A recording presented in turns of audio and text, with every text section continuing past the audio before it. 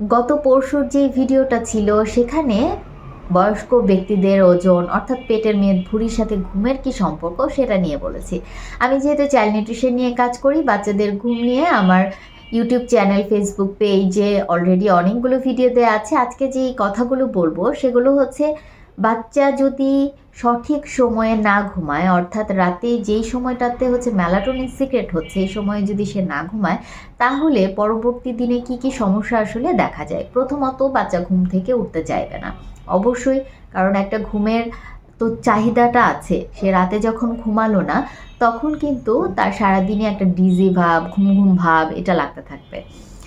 আর একটা জিনিস হচ্ছে, ওই রাত 11টা থেকে রাত 2টার সময়ের যদি আধা ঘন্টা ঘুম ইকুয়াল টু সারা দিনের 2 ঘন্টা ঘুম, অর্থাৎ আপনি হচ্ছে প্রচুর পরিমাণে ঘুমাতে হবে। তাই বাচ্চাদেরকে অবশ্যই সঠিক সময়ে ঘুম পাড়াতে হবে।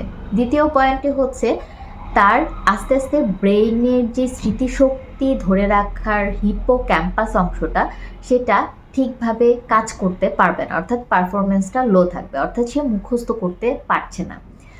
আরেকটা ব্যাপার হচ্ছে, অনেক বাচ্চাদের ক্ষেত্রে দেখা যায় সকালে সে ব্রেকফাস্ট করতে চায় না। আমরা বড়রাও যারা আছি তারাও কিন্তু ঘুম থেকে উঠেই খাবার গ্রহণ করতে চাই না, একটু সময় নিতে হয়। সেই জন্য অবশ্যই আগে আগে ঘুম পাড়িয়ে ফেলতে হবে, এবং সকালে যখন সে ব্রেকফাস্ট করবে তার অন্তত 30 থেকে 45 মিনিট আগে সে যেন ওঠে, সেটার প্র্যাকটিস করতে হবে।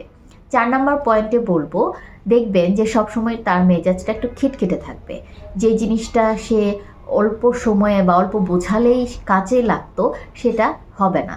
তো সেক্ষেত্রে যেটা আসলে করতে হবে, অবশ্যই বাচ্চাকে সঠিক সময়ে ঘুম পাড়াতে হবে। লাস্টের পয়েন্টে বলবো, বাচ্চার অরুচি, বাচ্চার অপুষ্টি। অপুষ্টি বলতে পুষ্টির অভাব এবং অতিপুষ্টি, অর্থাৎ অনেক বেশি মোটা হয়ে যাওয়া, এটার সাথেও ঘুমের খুব বড় একটা রিলেশন আছে। মেলাটোনিন, কর্টিসল কিভাবে আসলে কাজ করে সেটা গত পরশুর ভিডিওতে বলেছি, আপনারা দেখে আসতে পারেন।